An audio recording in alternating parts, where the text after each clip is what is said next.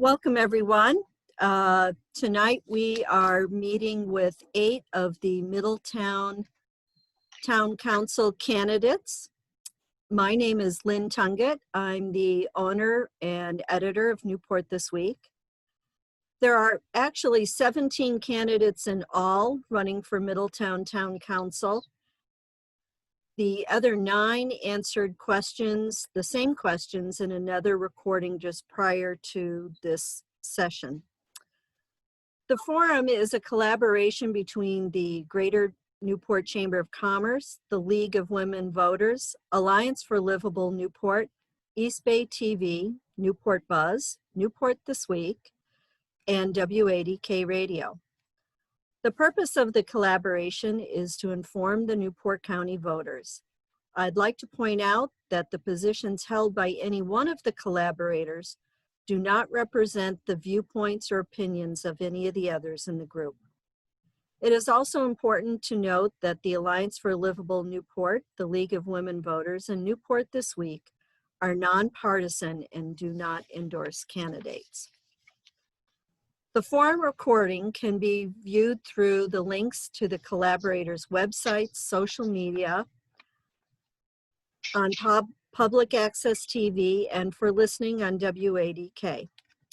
Candidates are invited to follow up with W80K or Channel 17 to expand upon their views or any answers tonight. Tonight's questions have been a combined effort of the Chamber of Commerce and other members of the collaboration. Again, we'd like to thank all the candidates for participating. Like to encourage viewers to watch for other upcoming forums for both the primary and general election. And I'd also like to thank our moderator tonight and introduce to you Evan Smith. Evan is the president and CEO of Discover Newport. Evan, we're going to turn this over to you. Thank you all. Thank you, Lynn, and welcome to this candidates forum, everyone. This is an important opportunity for our viewers to hear from 8 candidates who are running for Middletown Council. So I'd like to start this evening's portion of the forum by introducing our 8 candidates in alphabetical order. So I'm going to ask the candidates to just wave at the screen when I introduce you. So we have Lawrence Frank. Hi, Lawrence. We have Jim Miller. We have Paul Rodricks. We have Teresa Santos. We have Dan Titus. We have Anton Vieros on the phone, so he cannot wave to you, but you'll hear from him on the phone. We have Katie Ventura. And we also have Barbara Van Vielas. So let me tell you a little bit about this evening's agenda. We're going to spend somewhere in the neighborhood of 90 minutes together, exploring some of the topics facing Middletown and how the candidates feel about these topics. During those 90 minutes, it's going to be broken up into 4 parts. I'm going to start by asking each of our candidates to give an opening statement. And so they're going to give a 90-second opening statement to you all. And we picked an order for them, but for subsequent questions, the orders will change. But the order that you're going to hear them on was drawn previously by random draw out of a fishbowl. We're going to graduate from the opening statements into 5 topical questions. Each of the candidates will have 60 seconds to address those 5 questions that I'm going to ask them. The third part of this evening's forum is going to be some questions or some statements, and we're going to ask the candidates if they agree or disagree with the statement. It's very simple. It's basically just a yes or no answer, agree or disagree. And then we're going to close the forum this evening with opportunity for all the candidates to give a closing statement. And so they'll have another 90 seconds to do that. Before we get started with the opening statements, I'd like to recognize Susan Wells from the League of Women Voters, who is in the middle of my screen, but I don't know where she is on your Hollywood Squares screen. And her husband, Roger, League of Women Voters, and Susan and Roger volunteered to help us basically be the timekeepers for tonight's forum. So I want to thank them as well. So let's get started with the forum tonight. And so we're going to, by the order that we drew, I'm going to call on first Barbara Van Billis to give us her opening statement. So Barbara, please.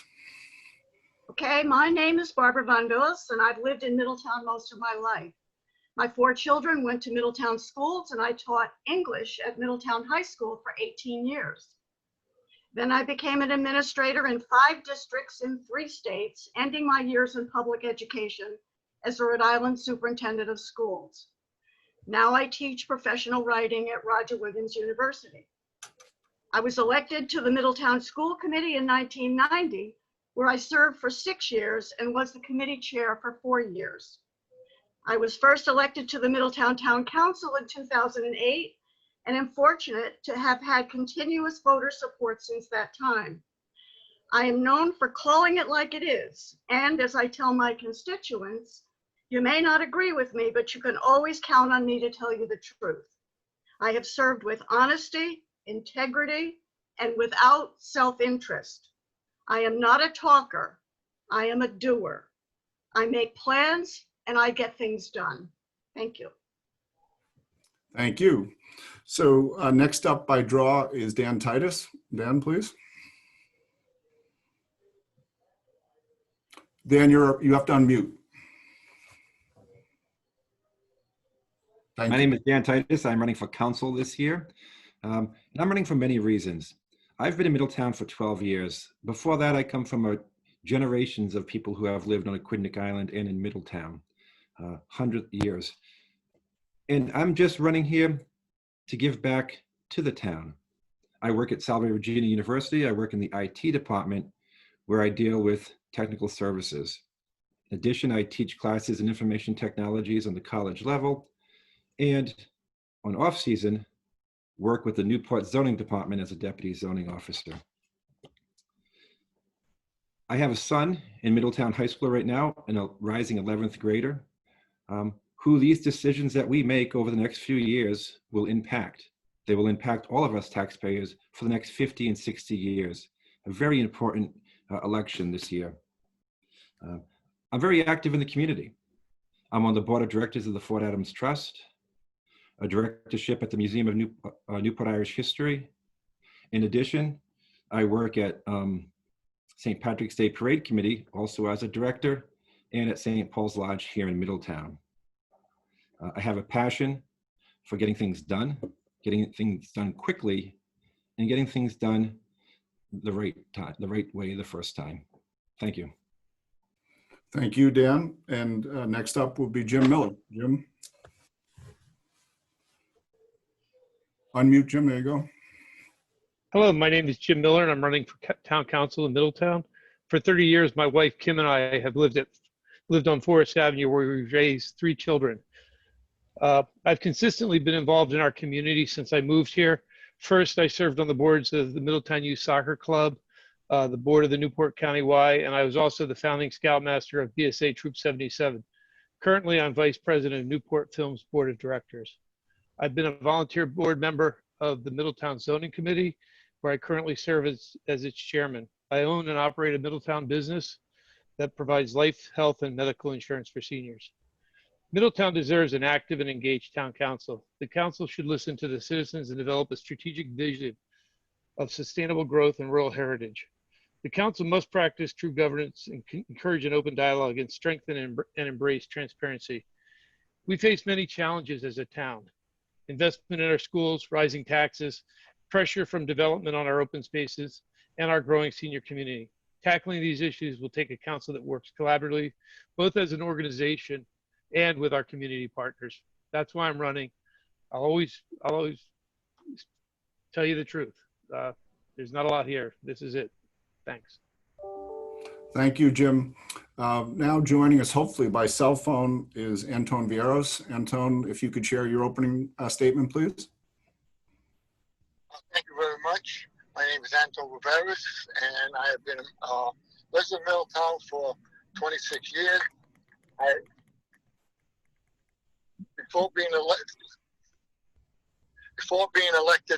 to the Middletown Town Council in 2010, I was active in local politics for many years as chairman of the Concerned Island Taxpayers Association and the Middletown Republican Town Committee. In 2013-14, as chair of the Secana Toll Opposition Platform Stop Committee, I worked with the East Bay representatives to remove the toll from the Secana Bridge, which would have devastated the economy of Aquidneck Island in 2014.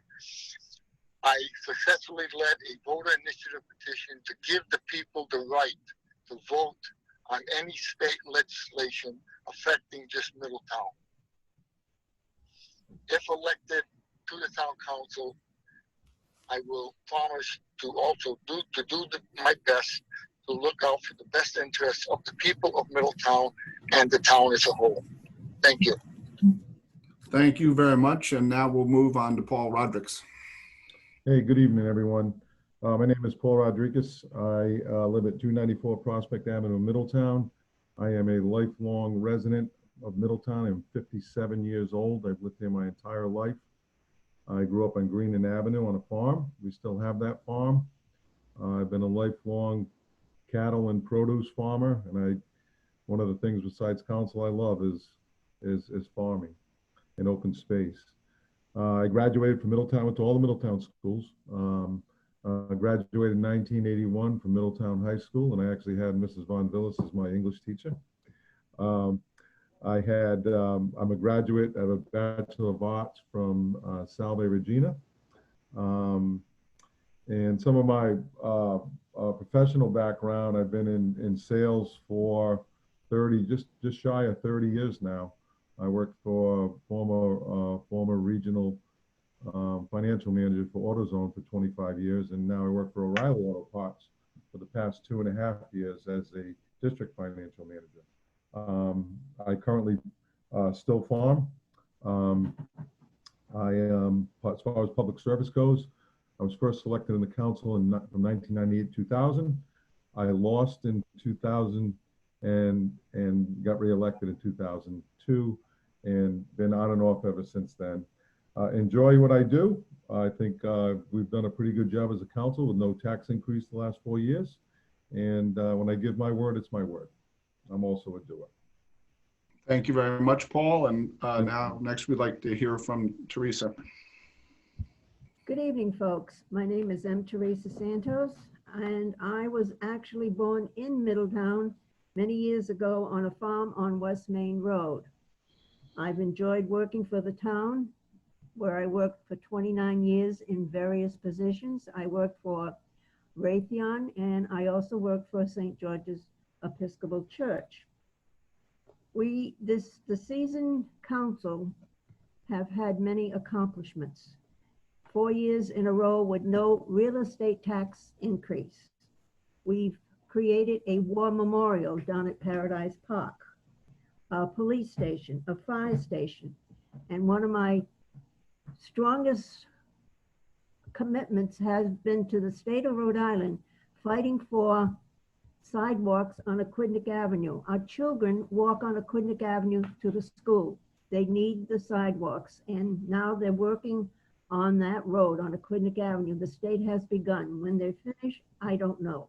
The other thing that's very important to me, being a senior, is senior housing. It takes time.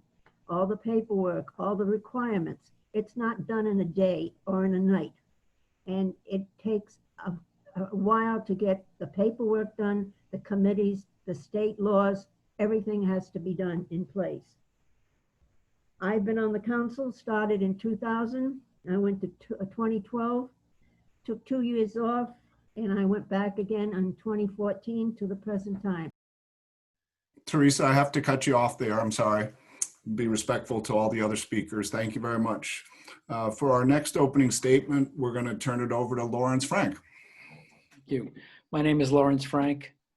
As a close observer and speaker at town council meetings for the last 2 years, it has become clear to me that long-serving council members have failed to adopt viable strategies to deal with the systemic problems facing the town. A comprehensive plan is needed to address the interconnected problems of education, taxes, affordable housing, and zoning. And yet we have a council that has failed to understand that their mandate is to create long-term solutions for our problems, including that of unrestrained development, unaffordable housing, failing education, and unfair taxes. It will be the role of new council members to look ahead 5 years, 10 years, and more to create sustainable policies and programs that will endure. In Middletown, special interests made large financial gains with the blessing of long-term members of the town council.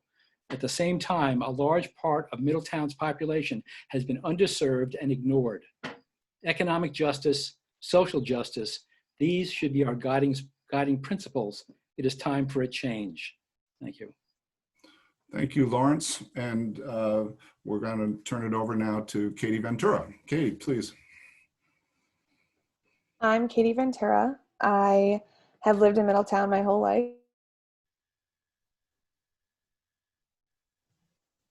My children here. The reason I'm running mainly is that I don't see myself represented on the current council. I'm a full-time working mom of 2 small children, and I just don't see that form of representation in the people who are currently elected. I really believe representation matters, especially when it comes to local government and civic engagement. And I've talked to about running for town council. Their number one issue is that there needs to be new leadership in our council. And I thought that I could bring something positive and different and bring a new viewpoint. I currently work full-time in private wealth management. I love spending time with my family, being outside, working on my farm. And I think the town, something.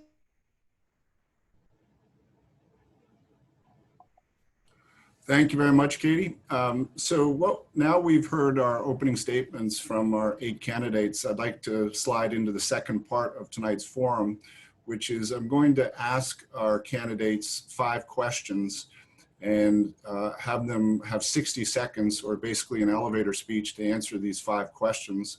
And this first question, we're going to go in that same order, but in subsequent questions, we're going to rotate it. So the first question that I want to ask all of our 8 candidates is, what are the 3 priorities you will focus on as a council member? I'm going to repeat that. What are the 3 priorities you will focus on as a council member?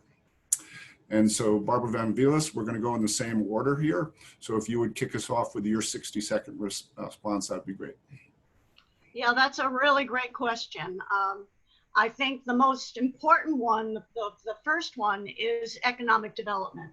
COVID has put us in a mess. We are too dependent on the tourist economy.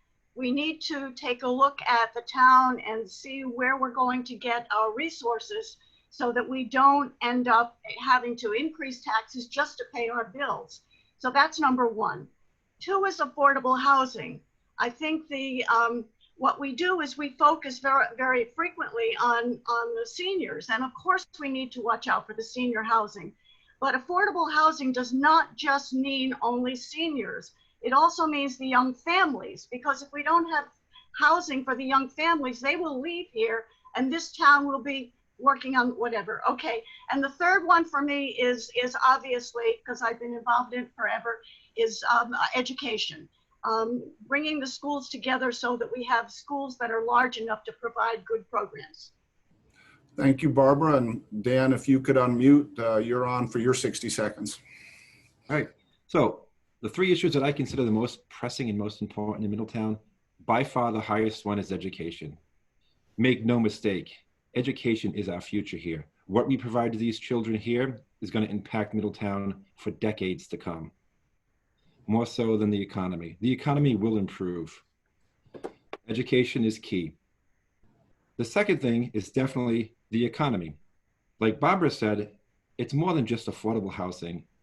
It's affordable housing for people who are single mothers or single fathers, for people who work 2 and 3 jobs and can't afford taxes in Middletown, can't afford to live in the place they were born, the place they lived with their family for their whole lives. It's embarrassing when people I know move out of town because they can't afford this. But it also has to do with development. How are we going to develop Middletown? Middletown development is rampant, out of control. Lastly is economic development. We need to do serious economic development, and open space preservation. Thank you. Thank you, Dan. And Jim, it's your turn to address that question. The Middletown faces several challenges as we move forward. Number one, I agree with the last two speakers. I think education is the number one expense in the town. And I think we really need to develop a plan, whether it's regionalization or whatever the plan is moving forward, to ensure that we provide a quality product in a safe environment to our children. It's an investment that will keep paying for itself. Affordable housing. How do we affect affordable housing in a community that's already built out? That's a challenge, you know. And serving on the zoning board, I see people that come before us all the time that are looking to put in-law apartments, you know, for their mothers and their fathers. Well, there's a reverse of that happens all over the country, and they're called alternative dwelling units, where by right you can put on a second dwelling unit. And lastly, economic development. We need to have a plan that goes beyond tourism. Thank you.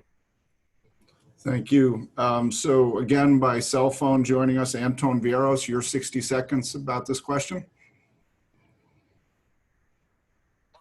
First of all, I think the property tax increases, especially during revaluation, has to come under control. We tax people according to the market value of their house, which jumps dramatically every revaluation period. Also, new development. I think the town should slow down a little bit, new development. I believe in smart development, as Council Lombardi has once said. Along with education, we have to put together the best curriculum for our students and our children. And the budgeting process should be looked at seriously. Thank you very much. And next, we're going to call on Paul Rodriguez. Evan, I think the most pressing issue for me, it's always affordability of the people in Middletown and trying to keep Middletown as affordable as possible. That's the reason we haven't had any tax increase, because we've become very budget disciplined with expenses. I think we need to continue to have the what's nice to have versus what's necessary to have mentality or philosophy. That seems to be working. Is there opportunities? Sure there are. But affordability is number one for me, and tax control. Affordable housing, Barbara hit it right on the head. We are an aging community. We need to make sure that we continue to move forward with this affordable housing for seniors. And maybe in the next phase, we could look at affordable housing for younger families so they can move and work here and enjoy Middletown. And third would be the economy. As she said, COVID really hit us hard. The small businesses need to focus on them. They're the backbone of every successful community. So those would be my three priorities. Thank you, Paul. And next, we'd like to hear from Teresa Santos. Okay, my important issues are senior housing. We are working on senior housing. Our population is aging very quickly. Affordable housing. Not everybody can bring in their parents to live with them. So affordable housing for our young families, that's a priority. Open space. We are losing so much open space, as so many have mentioned. The farmers could not keep their land because the youngsters do not want to work on the farm. So they sell their land and houses are built. And we have to watch what we are building, keep some of our open space. And that's all I've got to say. Thank you, Teresa. And we'll move on to Lawrence Frank, please. My three priorities would be education, affordable housing, and taxes. And with education, it's imperative that there be a school unification, because without school unification, the education system will continue to deteriorate, and the course offerings will not be sufficient to allow students to advance their lives as we would want them to. That's it. Thank you, Lawrence. And next, we'll move on to Katie Ventura. I would say my top priority would be education as well. I feel like everyone's in agreement on this. Education and developing a plan that provides quality learning and exploring the unification of the schools and the school districts. I would say next is affordable housing, especially for young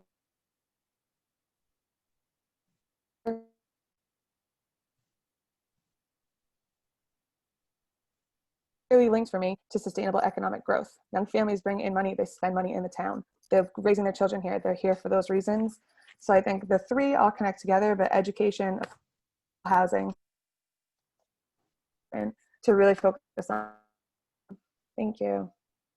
Thank you very much. And so that we've completed question one. So I'd like to read for our viewers and our listeners question number two.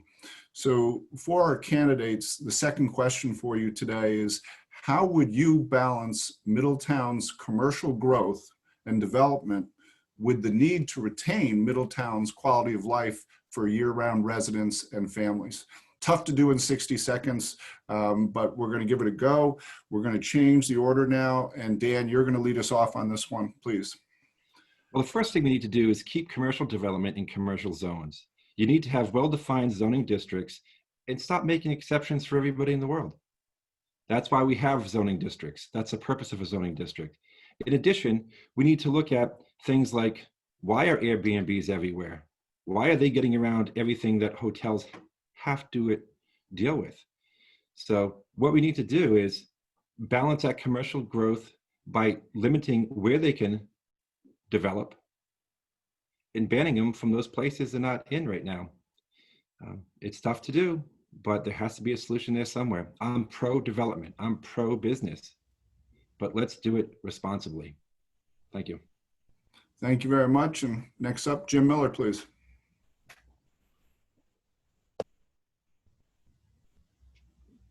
So how do you balance commercial development? Well, the first and probably the priority is, like Dan said, we have commercial areas that are there. Unfortunately, some are open farmland now. I'm talking to you from the front of what's commonly called Old Farms, which is 79 acres on West Main Road, which, by the way, is all zoned general business. So that's an area that's right now, that's zoned by right to be general business. But we have tons of big box retailers that are going to disappear.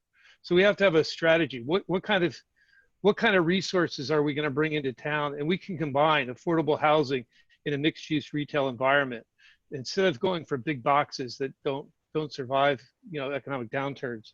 There's ways that we can combine our needs and make it go. I think we need to protect our open space, and we do that with our zoning code. Thank you, Jim. And I'm going to call again on Anton Vieros for this question. Yes.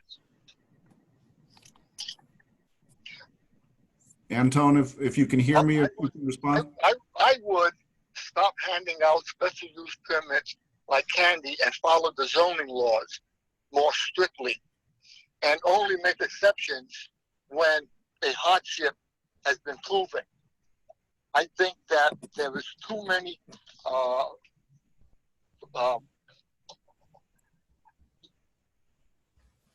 special use permits issued, and they should be tightened up a little bit more and only handed out or permitted when in the hardship cases have been proven. Thank you.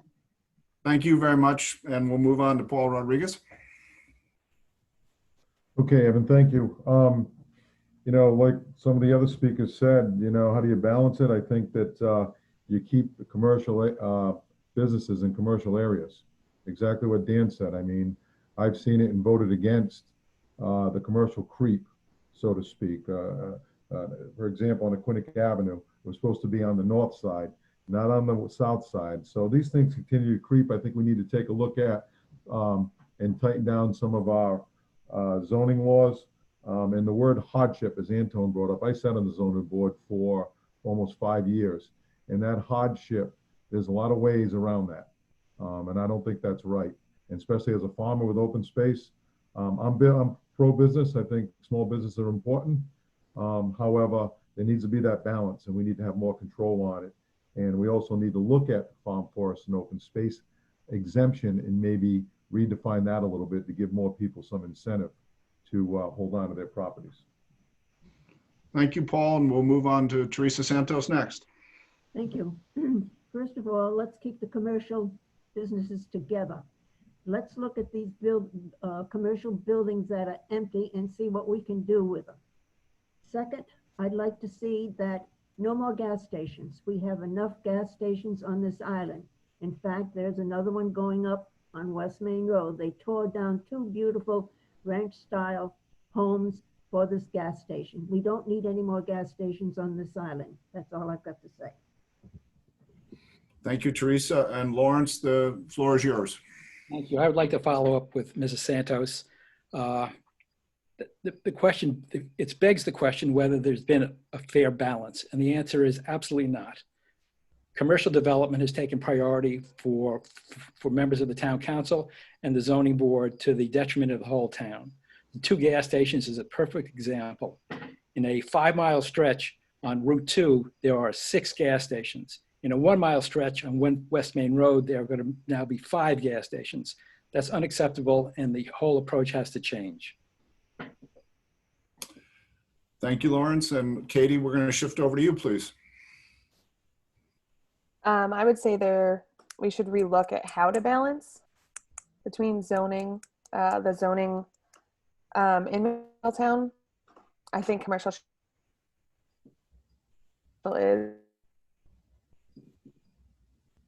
I don't think this is a one-stop shop. It's something you need to work balance at, which probably takes more communication than I could answer in 1 minute.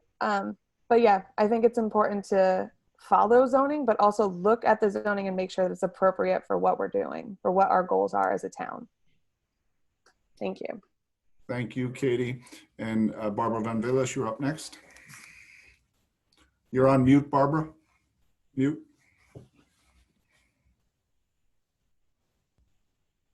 Nope, you're still on mute. You're going to find it in the upper right-hand corner if you touch your screen. No, down below. Ours are in the lower left-hand corner, Evan. I'm not sure if Okay. you You see Barbara, that? you can push the space bar on your computer as well and hold it down. Hold your space bar down. Okay. There you go. You're on. Nope.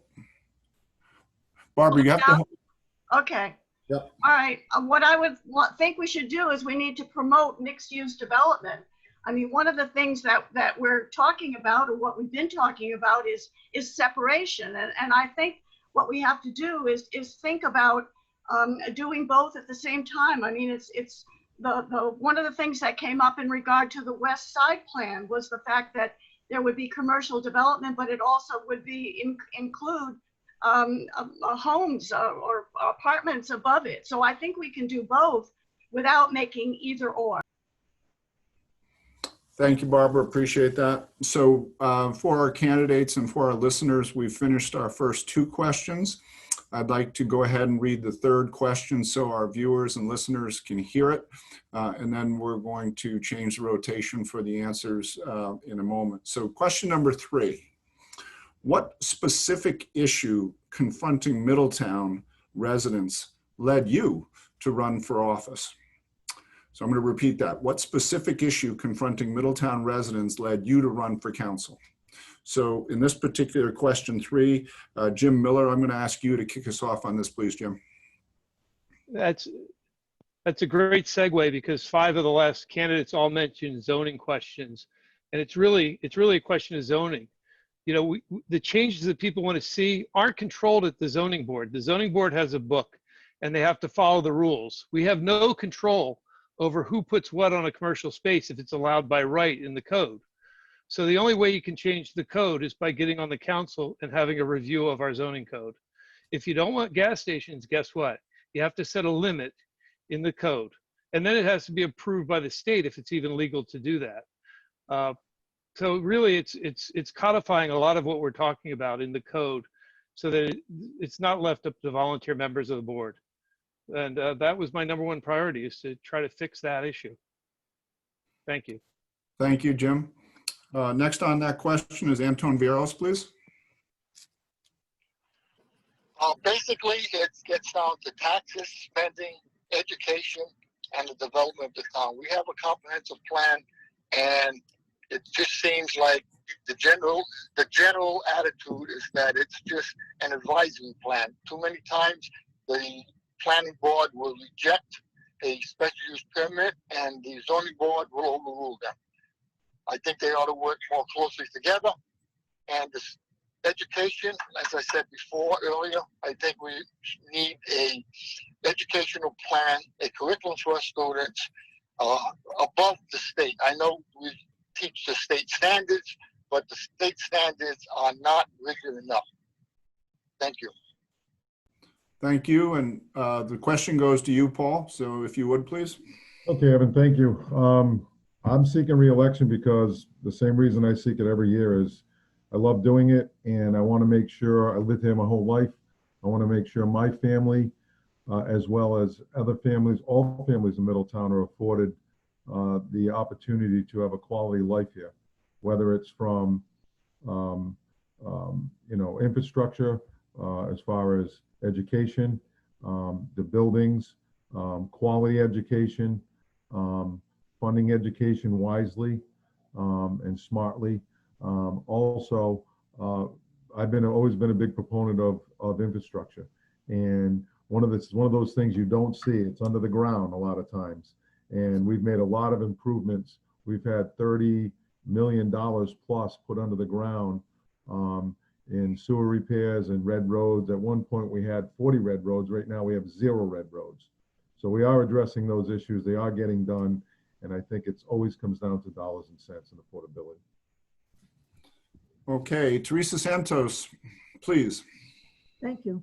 I'd like to see the senior housing move more quickly. I know we're working on it, but everything takes time. I understand, having worked for the town for so many years. Everything has to follow code. Now with the gas stations, I believe that Mr. Miller is correct. It has to be changed by the town council, but the planning board and the zoning board have to work together to see that the town does not get overwhelmed with all these gas stations. Thank you. Thank you. And Lawrence Frank, you're up next. Again, education is the key. This is what really guided my interest in being on the town council. Education relates to affordable housing. It relates to taxes. Without a decent education system, you're not going to want to have people will not want to come to this town and live. If they don't live here, then the tax base will deteriorate. And it's only a matter of time before the council finally will recognize that a unified school district, Newport and Middletown, will achieve the goals that we all want. Katie Ventura, you're up next, please. The number one reason that I decided to run was representation. I didn't see anyone similarly situated as myself who was on the council. And I think it's important for everyone who lives here, just that I think it's important to have someone like me on the council or someone in my position on the council. I think it's also important that if you want to make change or a difference in the place that you live, that you should be accountable and take responsibility and show up.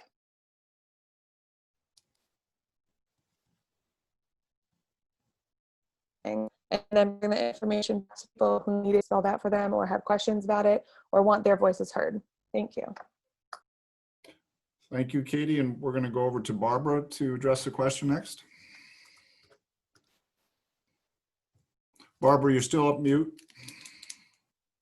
Can you touch the red microphone on your computer? See the red microphone? Can you click on that red microphone under your name? There you go. You're on. Okay. I did that before and it wouldn't work. Okay. I believe very much in long-range planning, and I care about the town a great deal. And I'm trying to support that as much as I can by encouraging people to go to take a look at the plans that have already been made and to use them as a guideline rather than fly by the seat of our pants. Thank you very much. So we have Dan, you're going to be the last one up for this one. Thank you. So what specific issue made me run? If there was one issue, that issue would definitely be financial, taxes. How is it that somebody that has 3 jobs can't afford to live in town? I don't know. I don't know how they can do that. You know, and that question goes deep. You know, maybe it's because our tax base is wrong. Maybe we're not developing the town the way it should be developed. When people start buying properties for investments, when people aren't living in town and being active members of the community, we need to relook and reassess and reevaluate what we're doing in this town. You can't have 50% of your population from somewhere else. It costs money, even if they're not here. So we really need to reevaluate our taxes, our tax structure, how we develop it, and what we allow and don't allow. Thank you. Okay, so we've gotten through our first 3 questions, and we're going to move on to question 4 now, which I'll read for our viewers and our listeners. Question 4 is, some small business owners feel Middletown is not business friendly. How could you change that? I'm going to repeat it once again. Some small business owners feel Middletown is not business friendly. How could you change that? We're going to change the order on this question to change the rotation so that the voices are not always cued in the same sequence. On this question 4, we're going to have Teresa Santos start us off. So Paul, if you could hand that to Teresa, we'd appreciate it. Thank you very much. This is a hard question to answer in my book. Small business. Now, my son has a business, but he lives in Tiverton, but has his equipment in Middletown. Can we give them a break like we give the seniors if they're under a low income? Can we give these small businesses a break, fill out a form in the tax assessor's office, and based on their income or based on their business, probably give them a tax rate in that sense? That's all I have. Thank you. And Paul, while the microphone's on, it's all yours.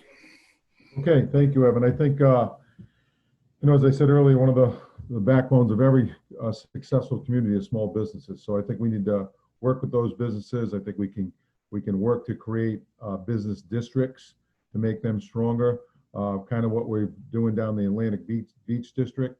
And, maybe to be able to attract small businesses, maybe we give them, I know this has worked in the past when they developed years ago, I was a kid, but they developed the industrial park and they incentivized some of these businesses to be able to come here. But again, it's all tied together. It has to be affordable. You have to have a good educational system because that's why people come here. So that's what I would work toward. Thank you very much, Paul. And we're going to go over to Anton Vieros, please. Thank you. I would look at a proposal that was put forward by the Tax Evaluation Committee, and everyone gets treated the same, including businesses. Whenever you have revaluation, some property can go up 7%, other properties go up 17 or 27%.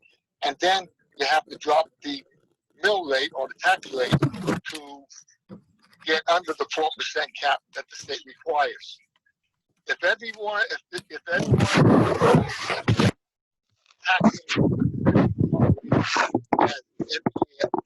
set the increase at say 2 or 3%, so everybody will get a 2 or 3% increase in their assessment.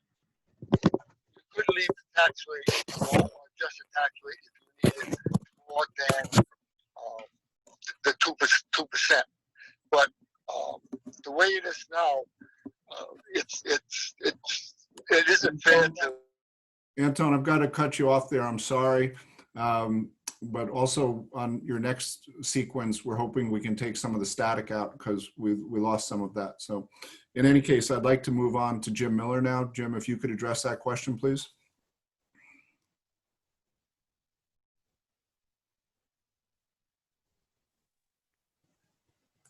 So, Middletown's a great town to live in, and it's a great town to run a business. I think what we can do as a town is make it easy for people to start businesses and maintain those businesses. Unfortunately, a lot of the tax issues, yes, property tax plays an issue, but most of the taxes and most of the costs that a business incurs comes from Providence, not from Middletown. On Middletown side, it's making the tools available for people so they understand how to start a business, how to run a business, what they need to do at town hall. Who at town hall is responsible for helping a person that comes in looking to start a business? Do we have an ombudsman? Do we have the resources to provide small business with help? You know, it's interesting to see people come before zoning when they're starting a business. They have no clue of how the code works. And if they only had a course or somewhere they can get the information. So I think providing that type of resource at town hall would help. Thank you, Jim. Dan Titus, you're up next on this question. Thank you. I love small business. I go to them all the time here in Middletown. But unfortunately, Middletown isn't like our bigger sister to the south. We don't have a downtown area. We have two long strip malls, East and West Main Road. So we have to work with what we have. So let's make it easy for small businesses to develop. Like Jim said, give them help in developing, give them tax incentives. And like everybody says on TV, shop local, support your small business. Because without the small businesses, it's not going to be much left. They keep the money in town. People that work in small businesses, live local, they are the economic engine that Middletown needs. Thank you.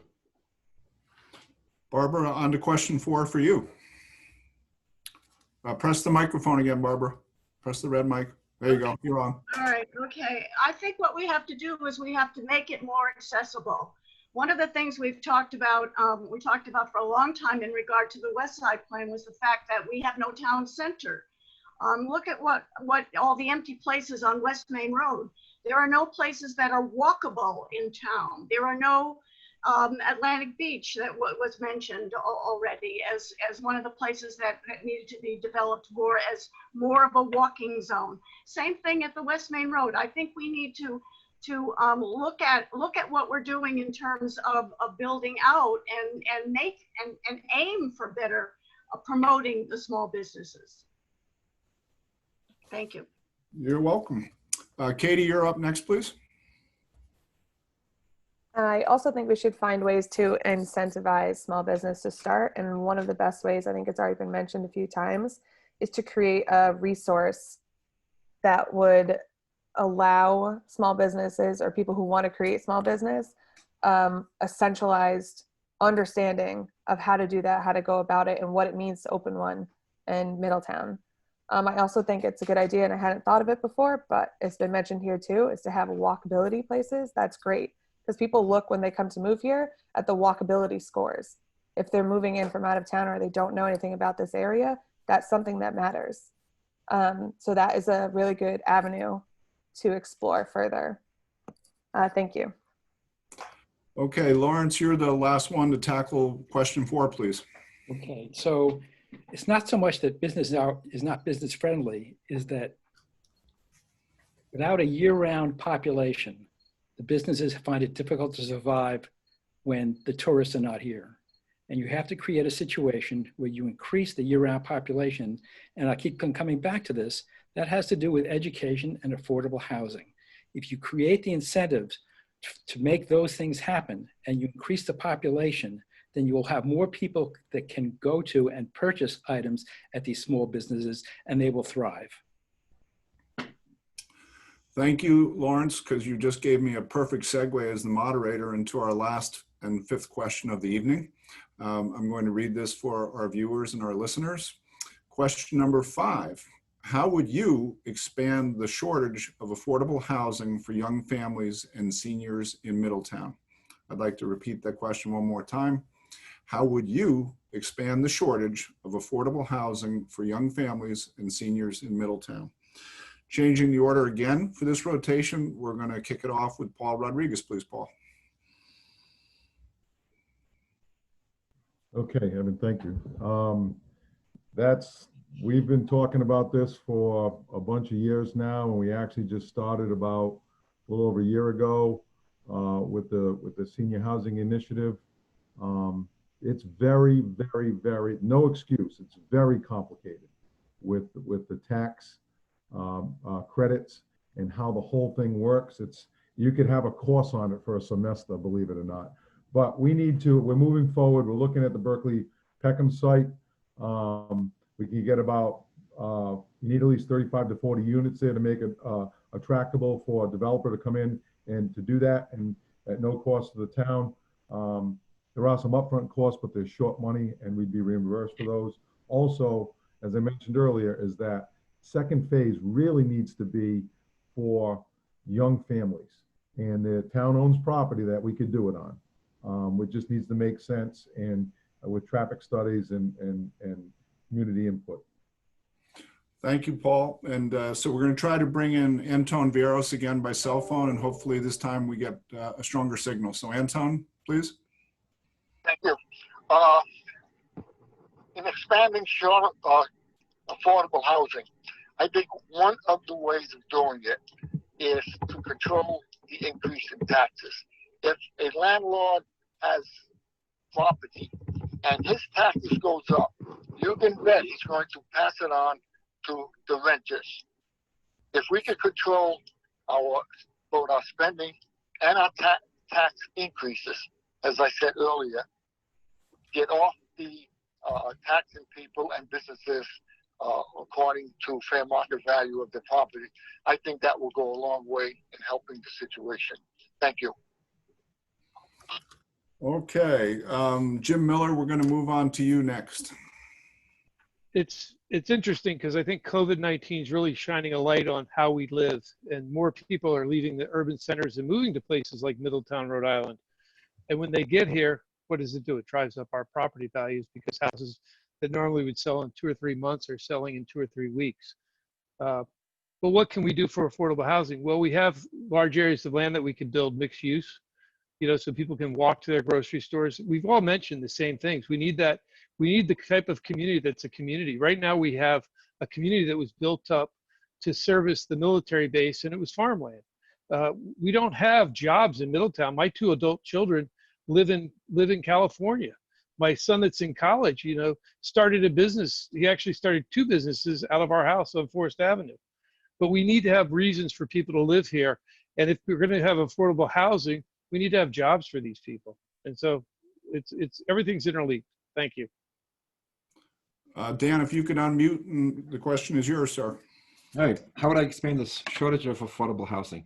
First of all, developing land that the town owns is never going to work. Land is limited. You can only do so much, and the town only has so much money. It's a bad investment. Having developers come in and build affordable housing in time is going to be unaffordable. It's a part of life. We need to control it at the source. It's going out of control because people are buying properties for investments. I propose we tax these people who are buying this, who are not locals. They're not taxed. They're not voters in Middletown. They're landowners. They're not voters. Why do they get the same benefits people who live here every day and have to try to live? We should have a graduated tax rate so people do not use Middletown as an investment. Come to Middletown, pay me lots of money, leave next week, disturb all your neighbors. Doesn't work for me. We need to look at this so people can move back into town, so we can have families that use our schools, people that go to our businesses year round, 24 hours a day, 7 days a week, all year. Thank you. Thank you, Dan. Barbara, the question is yours, please. Sure, the answer for me is 2 ways. It's mixed-use development and multi-unit dwellings. That's what we need to do. Nice and short answer. As the moderator, I thank you. Okay, Katie, on to you, please. I also think we need to find a way to invest better for people to come here and want to stay here and want to live here as their primary resident. I think that's important. And a lot of that links to a good education system and an economy that has jobs that provide for people to come here and want to stay. I won't say it's as easy as those 2 answers. It's obviously very complicated, and I'm sure there are multifaceted ways to go about fixing it, but I think those are some of the most important ones. Thanks. Thank you, Katie. And Lawrence, you're the last one to tackle this question. Thank you. I'd like to. You're not the last one, I'm sorry, but you are going to do it next. Okay. I would like to both agree with Dan and Katie. The combination, the unification of the Middletown and Newport high schools will leave a portion of land available for an affordable housing project. And I think when that takes place, the town should go ahead and understand that this is something that will benefit the town, not only in the short term, but in the long term. Thank you, Lawrence. And Teresa, you're the last one to address this question. Thank you, sir. Affordable housing, that's been on the books for a long time. We are now seeing the light. That Peckham building is going to be made into senior. Teresa, excuse me 1 second for interrupting. I can barely hear you, so if you could speak a little bit louder, that would be great. Affordable housing, that's been on the docket for a long time. It takes time to do these things. Now, we have lost approximately 21 farms because the young children do not want to work the farm. It's hard work. Now, the houses are being built on these farms are not affordable. They're for out-of-towners. And as Dan said, we have to find a way to tax these people who do not live here 12 months of the year. There's got to be something on the books that we can do. That's all I have to say. Thank you all. So we've now completed those 5 questions, and we're going to graduate into the third part of tonight's candidates forum. I think that this may either be easy or hard for you, but what I'm going to do and what I'm going to ask of you is I am going to read a statement, and if you agree with the statement, I'm going to ask you if you agree to raise your hand in the screen and hold it up so I can identify people who are there. So I'm going to read the statement and I'm going to say who agrees with this, and those will raise their hand. After I've counted that, I'm going to say who disagrees with it, and I'm going to ask you to raise your hand and leave it raised until I call your name, please. Everybody got that? All right. So we're going to try, we're on time here. We're doing very well for time, so I want to congratulate you all. We're running like clockwork here, so we're a well-oiled machine. So here comes the first agree or disagree statement. The homestead exemption proposal should extend to year-round residents beyond the current veteran and senior residents. I'm going to read it again. The homestead exemption proposal should extend to year-round residents beyond the current veteran and senior residents. For those candidates that agree with that, please raise your hand and leave it raised. Okay, I see hands from Lawrence Frank, Dan Titus, Barbara Von Vilas, Katie Ventura, Paul Rodriguez, or Paul, whose hand is that? That's Teresa's hand, right? Okay. For those that disagree with that statement, would you please raise your hand, please? Jim Miller and Paul Rodriguez disagree with that statement. Okay, very good. Excellent, as a matter of fact. Thank you. The exercise is working perfectly. The second question I'd like to ask you. Anton says he disagrees. Did you get Anton? I did not. Thank you. It just came up and said he disagreed. I got that. Thank you very much for those in the tech center and reminding the moderator that there's something I can't see. So that was a good catch for whoever got that. So thank you very much. And I will be more mindful on the next round. So the second question is, council terms should be staggered like the school committee. I'll repeat that. Council terms should be staggered like the school committee. For those of the candidates that agree with that, would you please raise your hand and leave them raised? I see hands from Lawrence. I think that's Paul's larger hand. I see Katie's hand, and I see Dan's hand. And someone has to help me where Anton is on this. Anton is going to disagree. So, okay, down go those hands. Who disagrees with that statement? Please raise your hand. So I see Jim Miller disagrees with this, and also Anton on the phone disagrees with it, and Barbara disagrees with it. We get all of those answers correct. I think we got that one good. The Hollywood squares all looks good right here. On to question 3. The liquor licenses in Middletown should become limited. I'll repeat again, the liquor license in Middletown should become limited. For those of you that agree with that statement, please raise your hand and leave it raised. I see Jim Miller's hand. I see Paul's hand. Teresa's waving in there as well. And do we know what Anton is doing?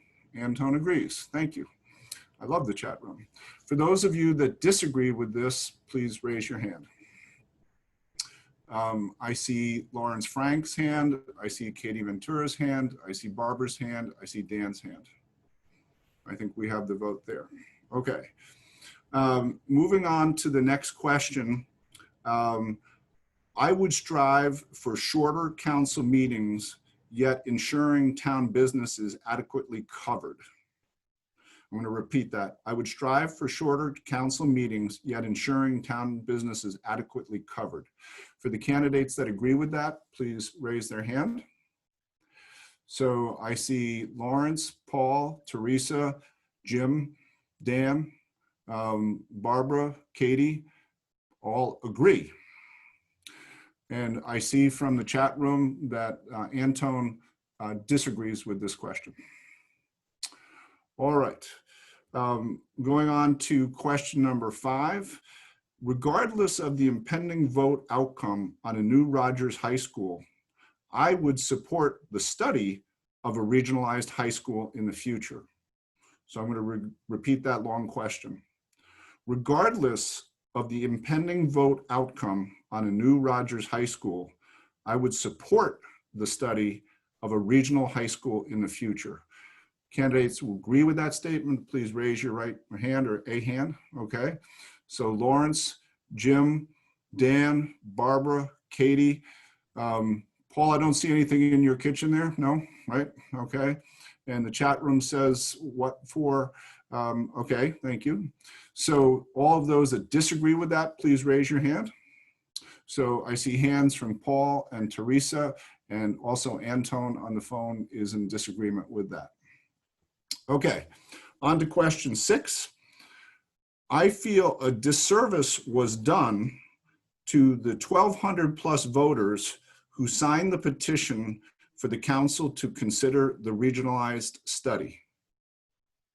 Once again, I feel a disservice was done to the 1,200 plus voters who signed the petition for the council to consider the regional study.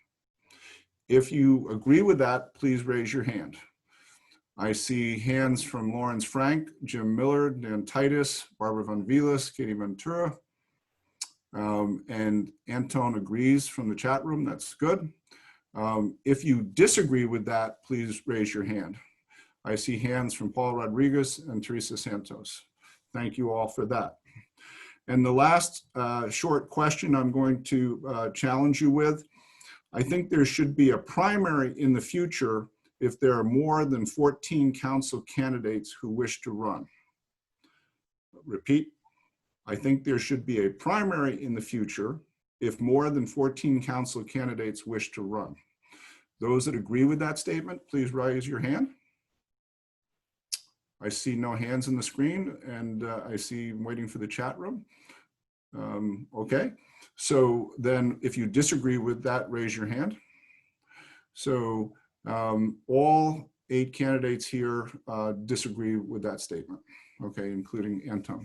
All right, thank you all. We've now graduated through part 3 of tonight's candidates forum, and we're going to now go to the closing statements. I'm going to do the reverse order of how we did the opening statements, and I'm going to ask each one of you in 90 seconds, which is hard. Hopefully you practice your wordsmithing. But I'm going to ask you to make a 90-second closing statement to our viewers and potential voters. So we're going to do this in the reverse order that we did the opening one. And so Katie, that means you are going first. You have 90 seconds for your closing statement. Don't worry, I'm going to keep it short.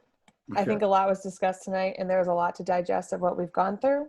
But the most important thing is to put people on the council who are willing to make changes, give a fresh outlook, be a new voice, and focus on education, sustainable economy, and affordable housing for young families, working families, people who are going to live here and stay here. Thank you. Thank you, Katie. Lawrence, we're going to go to you next, please. Your closing statement. It's time for a change. We must have school unification. Academic excellence is not attained with small student populations and limited course offerings. Private schools attract those with money, leaving behind those without. We must have affordable housing. More than 38% of Middletown citizens spend so much on housing, there is not enough left over for adequate food, medical care, and transportation. Healthcare, food, and shelter should not be the privilege of a few.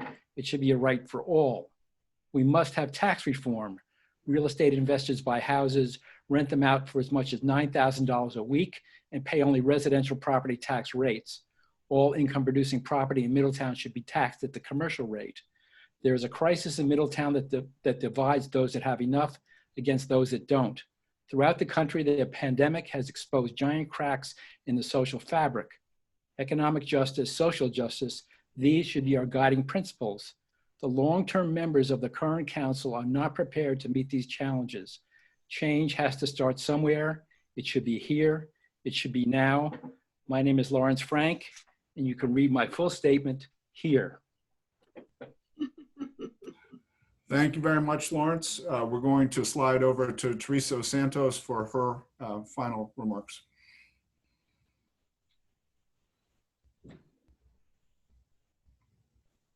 You got it, Paul? Okay, there you go. It occurs that they want to move. Thank you, folks. Having been a long life Middletowner, born of immigrant parents, lived on farms while growing up, worked the farms. This council has accomplished many things, but there are still many things that have to be done. We have a war memorial, finally, that since 1990, we did not have a war memorial other than the boulder at Peckham School that has 21 names of World War II young men who were killed during World War II. We're working on sidewalks on Aquidneck Avenue. Our fire station, our police station were done. And one great accomplishment was no taxes for 4 years. We do need affordable housing for Middletowners, for our young families. But in all respect, I have known that young families, some of them do not want to come back to the homes that their parents had. They are sold, and then a monstrosity of a house is built. Not all young folks want to come back and live in Middletown. They'd rather stay where they are. I agree with Mr. Frank. If you're renting your property, you should pay commercial taxes on your property. We are working on a list for people who are renting their homes, and in that way, we can find a way to tax them because they should be taxed a commercial rate. That's all I've got to say. Thank you, Teresa, very much. And Paul Rodriguez, you're up. Okay, thanks, Evan. One of the things I look at is experienced leadership. I know I've heard from Mr. Frank an awful lot at council meetings, and certainly tonight. And some of the other folks need change, and change is good. Fresh ideas are good. But when you look at solid track records of proven leadership that created a pay-as-you-throw program, floated a $10 million bond at no cost to the taxpayers, built a new police station and fire station addition at no cost to the taxpayers. I increased the fire budget this year because we listened. It was a struggle, but we listened and increased it by 26% for the safety of the residents of Middletown. Improvement to our beaches. We just created 2 more recreational multi-purpose fields at no cost to the taxpayers. So, I continue to pave roads and put money into our infrastructure. The last 4 years, I can't tell you, if you can tell me a community, and I hope this comes across the right way, proud of the accomplishments, a lot of work still to do, that's done all those things at no cost with no tax increase while maintaining the same and actually improving with increasing staffing in the fire department. The quality of services, I'd like to know where it is. And that doesn't come across the wrong way. I lived there my whole life. I have a child in the educational system and going into 8th grade. I'm invested in education. And you can count on me to make sure you get it done, believe me. Thank you, Paul. Next, I'd like to call on Anton Vieras for his closing statement. Thank you. I moved to Middletown, as I said before, 26 years ago. I fell in love with the town, and I worked vigorously to keep it the best in the state. If elected, I would give the people a bigger say in their government, financially responsible government with ethics and compassion for all. I would encourage my council colleagues and administrators to reduce spending and hold the line on tax increases. I would defend and preserve the quality of life for the residents of Middletown. I would continue fairness and financial stability to the town and promote health, safety, and education in the town. Thank you. Thank you. Jim Miller, would you share your closing statement with us, please? Yeah, I think a lot has been said tonight, a lot of good things. I'm passionate about Middletown. I lived here in the early 70s as a military dependent. I moved back in 1978 to finish my college education at the University of Rhode Island. Middletown is just a wonderful town. It has great citizens. It's got great people that work for the town. It's got a great educational system that can be improved. But I think that what we need to do is we need to face this upcoming, I don't know what to call it, but it's going to be different, the new reality. And to do that, we need to work collaboratively together, whether it's the current council or whether it's the people that are on this call. And we all need to sit down and ask why and why not, and to do it in a fashion that it's not a yin or a yang. It's just the right thing to do. To ask those hard questions that sometimes there isn't a right answer. And if you don't get elected, there's 18 people running right now, and I know some of you have served on volunteer boards, but I'd encourage you all to find somewhere in the town to continue, because serving on a volunteer board, it really helps you understand what happens in the town. You know, I love to hear from people that, you know, they like what we've done or they don't like what we do. It's all good input. So if I'm elected, I will represent you the same way that I've always done everything in my life to the best of my ability. Thank you. Thank you, Jim. Dan, Titus, for your closing statement, please. We're all lucky here. We live in probably one of the most beautiful places in the world, surrounded by beaches, sand, open space. Even east of West Main Road, it sure is convenient to go there and pick up a pizza over on Aquidneck Ave or go to get fast food. So although we may disagree on a lot of things, keep in mind that all of us Middletown taxpayers and voters are very lucky. So when you elect me, what I hope to do is to continue that path forward, take it to the next level. And I don't have all the answers, and I'm not going to lie to you and say I do. And they're tough answers, like Jim said. Tough choices here. But I want my son to live here someday. I want him to grow up and be able to say, I live in Middletown, Rhode Island. I live in the house my father lived in. And I don't know if we can do that right now. So we need to improve this education system. We need to make it our kids, our students want to stay here. And how do we do that? I don't know, that's up to debate, but we have to start somewhere. And where we were in the past isn't going to do it. It's not going to cut it. Let's move forward. Let's work on taxes, restructuring departments if we need to, combining schools if we have to. My name is Dan Titus. I'm a fourth generation Aquidneck Islander with very deep roots here in Middletown. And I hope you'll come out and vote for me, ask me questions, demand things of me, because I work for you, the people, the taxpayers of Middletown. Sorry. Thank you, Dan. Barbara, you had the first word tonight, and you're going to have the last word. So your closing statement, please. Okay. I'm committed to ensuring that Middletown is a good place to live, not just now, but after I'm gone. That means that I regard planning documents, such as the Comprehensive Community Plan, the Strategic Plan, the Stormwater Plan, the West Side Development Plan, and others like them to be the guidelines for developing a vibrant and successful community for all its residents. COVID will eventually go away, but we need to commit to the strong foundations of a successful town: economic development, affordable housing, and appropriate education for all members of the next generation. We can only do that if we determine to rebuild an economy that is not based on tourism, and if we put aside self-interest. Thank you. Okay, well, I'm going to congratulate you because you all made it through the forum in great form. As the moderator, I have some closing remarks that I'd like to share with everyone.